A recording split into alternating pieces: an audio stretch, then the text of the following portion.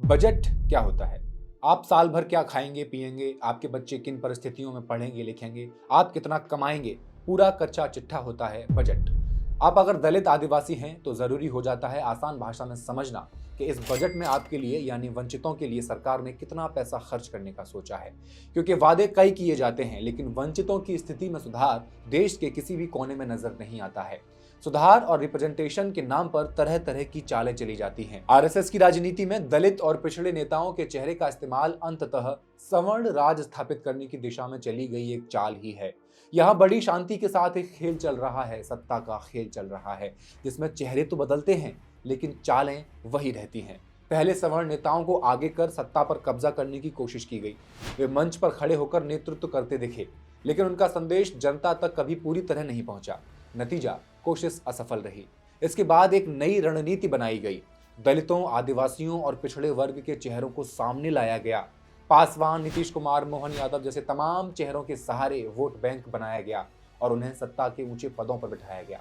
लेकिन इनकी भूमिका सिर्फ दिखावे तक सीमित रही। यह कहानी सत्ता के साथ साथ बजट में एक समान रही है। साल दर साल सरकारें बजट पेश करती हैं और हर बार वादों की एक लंबी फहरिस्त जनता के सामने रख दी जाती है। सबका साथ, सबका विकास का नारा गूंजता है लेकिन हकीकत इससे कोसों दूर नजर आती है। दलित, आदिवासी और पिछड़े वर्गों के सशक्तिकरण का दावा किया जाता है लेकिन बजट के आंकड़े और उसकी वास्तविकता एक अलग ही कहानी बयां कर रहे हैं। हर साल एक खेल खेला जाता है, आंकड़ों का, घोषणाओं का और सबसे बढ़कर जनता की उम्मीदों के साथ खेला जाता है। सरकार का दावा होता है कि यह बजट हर वर्ग, हर समुदाय और हर नागरिक के लिए है, लेकिन असलियत यह है कि वंचित तबकों के लिए बजट सिर्फ एक मुखौटा है। उनके लिए आवंटित धन न सिर्फ बहुत कम है बल्कि खर्च भी पूरा नहीं किया जा रहा है। बड़े बड़े वादों के नीचे ये बजट एक बार फिर दलितों, आदिवासियों और गरीब तबकों के अधिकारों को कुचलता हुआ नजर आता है। ये कहानी सिर्फ आंकड़ों की नहीं बल्कि सत्ता के केंद्र में बैठे उन लोगों की है जो वंचित तबकों को केवल वोट बैंक की तरह देखते हैं। कैसे? फैक्ट्स एंड फिगर्स के इस एपिसोड में आई विल एक्सप्लेन।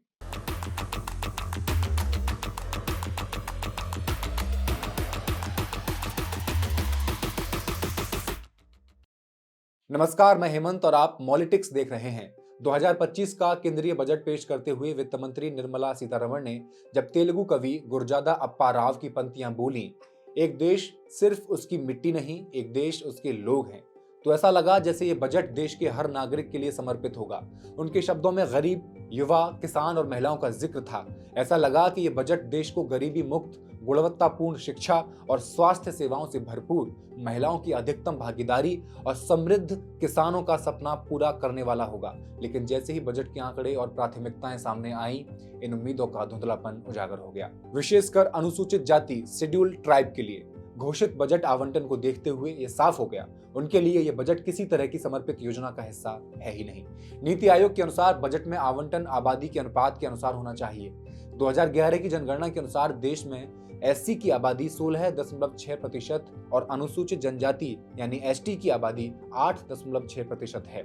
सामाजिक और आर्थिक पिछड़ेपन से जूझ रही इस 25% आबादी के लिए इस साल बजट का महज 3.4% आवंटित किया गया है।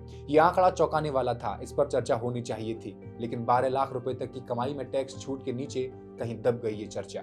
बाबा साहिब भीमराव अंबेडकर ने संविधान निर्माण के दौरान राज्य और अल्पसंख्यक नामक पुस्तक में स्पष्ट किया था कि राज्य का दायित्व है कि वो अनुसूचित जाति के सामाजिक, राजनीतिक और आर्थिक उत्थान के लिए ठोस कदम उठाए।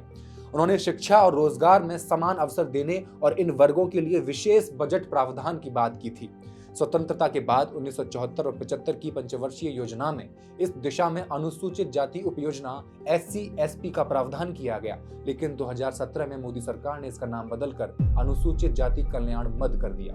इन सब प्लान या कल्याण योजना में अनुसूचित जाति के सामाजिक सशक्तिकरण, शैक्षिक विकास और आर्थिक सशक्तिकरण के लिए उनकी आय और रोजगार को बढ़ावा देना लक्ष्य घोषित किया गया था।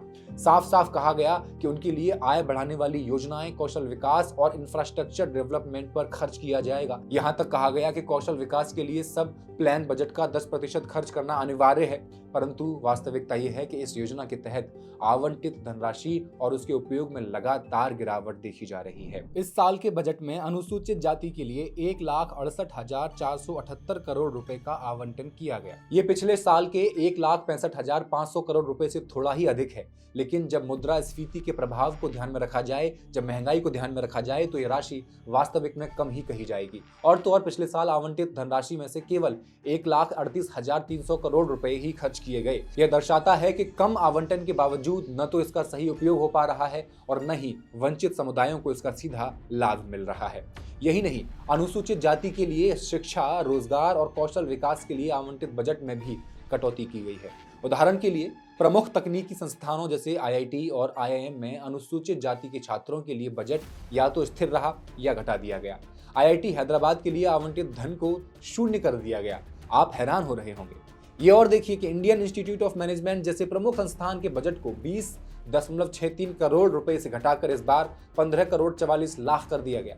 Indian institute of science education and research के लिए पिछले साल आवंटित 103 करोड़ 79 लाख को घटाकर 94 करोड़ 73 लाख कर दिया गया। Scheme for promotion of academic and research collaboration के बजट को 18 करोड़ से घटाकर 9 करोड़ कर दिया गया है। नेशनल इंस्टीट्यूट ऑफ टेक्नोलॉजी के बजट को पिछले साल आवंटित 456 करोड़ को घटाकर 398 करोड़ के आसपास कर दिया गया। स्किल इंडिया प्रोग्राम, जो युवाओं को आत्मनिर्भर बनाने के उद्देश्य से शुरू किया गया था, उसमें भी 15 करोड़ की कटौती की गई। आर्टिफिशियल इंटेलिजेंस जैसी भविष्य की तकनीकी में अनुसूचित जाति के लिए बनाए गए सेंटर्स के बजट को भी 42 करोड़ रुपए से घटाकर 32 करोड़ रुपए के आसपास कर दिया गया है। प्रधानमंत्री ने देश को कुशल श्रमिकों की मंडी बनाने का दावा किया, लेकिन इस दावे की पोल बजट के आंकड़े खोलते हैं। IIT और IIM जैसे संस्थानों के बजट में कटौती इस बात को साबित करती है कि शिक्षा सरकार की प्राथमिकताओं में कहीं नहीं है। सरकार ने बजट में कृषि को देश का पहला ग्रोथ इंजन बताया, लेकिन अनुसूचित जाति SC के किसानों के लिए आवंटित योजनाओं में भारी कटौती की गई। प्रधानमंत्री फसल बीमा योजना में 1,000 करोड़ रुपए की कटौती की गई है। कृषि उन्नति योजना में 300 करोड़ रुपए की कमी आई है। तो ये कहानी इस साल के बजट में है, और ये सिर्फ इस साल की कहानी नहीं है, साल दर साल ऐसा ही होता आ रहा है। मैं आपको सामने कुछ पिछले 2-3 साल के आंकड़े पेश कर रहा हूँ। 2024-25 के वित्तीय वर्ष में प्रधानमंत्री अनुसूचित जाति अभ्युदय योजनाओं की घोषणा करते हैं। अभ्युदय योजनाएं मतलब समाज के वंचित वर्गों की इनकम बढ़ाने, गरीबी कम करने, बेहतर शिक्षा, आश्रय, भोजन और स्वास्थ्य सेवाएं मुहैया करने वाली योजनाएं। पिछले साल इनके लिए 2140 करोड़ रुपए का प्रावधान किया गया। तालियों की गूंज, अखबारों की हेडलाइन, टीवी डिबेट्स में वाहवाही लूट चुके थे लोग। लेकिन जब इस राशि को देश के 48,21,000 करोड़ रुपए के कुल बजट से जोड़ा गया तो ये सिर्फ 0.04% निकला। और इससे भी बड़ा खेल तब सामने आया जब पता चला कि इस घोषित राशि का आधा भी खर्च नहीं हुआ। स्कॉलरशिप योजनाओं का भी यही हाल रहा। PM यंग अचीवर्स स्कॉलरशिप के तहत 1836 करोड़ रुपए का ऐलान हुआ। लोगों ने सोचा ये देश के OBC, EBC या वंचित छात्रों के भविष्य को बदल देगा, लेकिन जब हिसाब किताब खुला तो पता चला सिर्फ 1381 करोड़ रुपए ही खर्च किए गए। 500 करोड़ रुपए ऐसे ही बिना इस्तेमाल के रह गए। ये वही रकम थी जो हजारों छात्रों के सपनों को साकार कर सकती थी। अनुसूचित जातियों के छात्रों के लिए पोस्ट मैट्रिक स्कॉलरशिप योजना के नाम पर 6360 करोड़ रुपए घोषित किए गए, लेकिन असल में सिर्फ 5500 करोड़ रुपए ही खर्च हुए और 860 करोड़ रुपए गायब हो गए। 860 करोड़ रुपए का गायब होना सिर्फ आंकड़ों का खेल नहीं था, ये लाखों छात्रों के भविष्य का सवाल था। आदिवासियों के लिए भी 4300 करोड़ रुपए का बजट घोषित हुआ।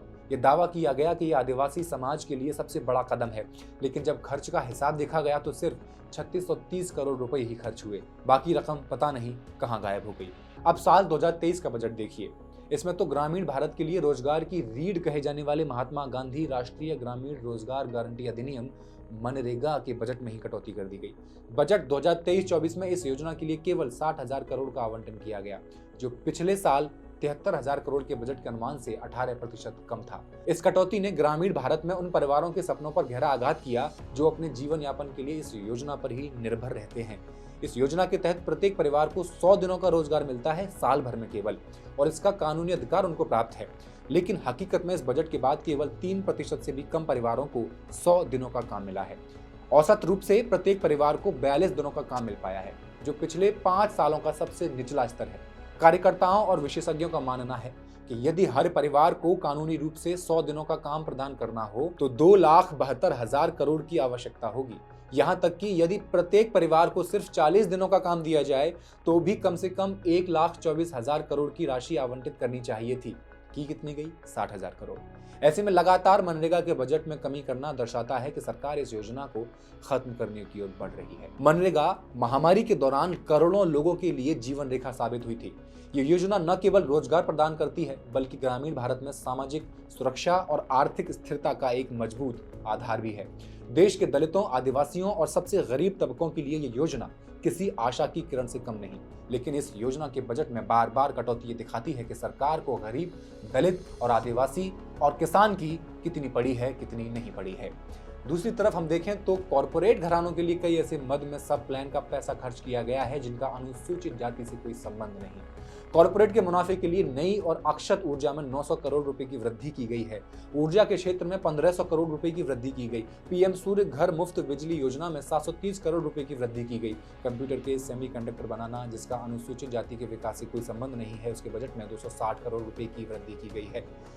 आईटी हार्डवेयर लिंक्ड इंसेंटिव के लिए बजट में 300 करोड़ रुपए की वृद्धि की गई है। इलेक्ट्रॉनिक्स एंड इंफॉर्मेशन टेक्नोलॉजी, जिसमें अंबानी का कब्जा है, तो उसके बजट में 700 करोड़ रुपए की वृद्धि की गई है।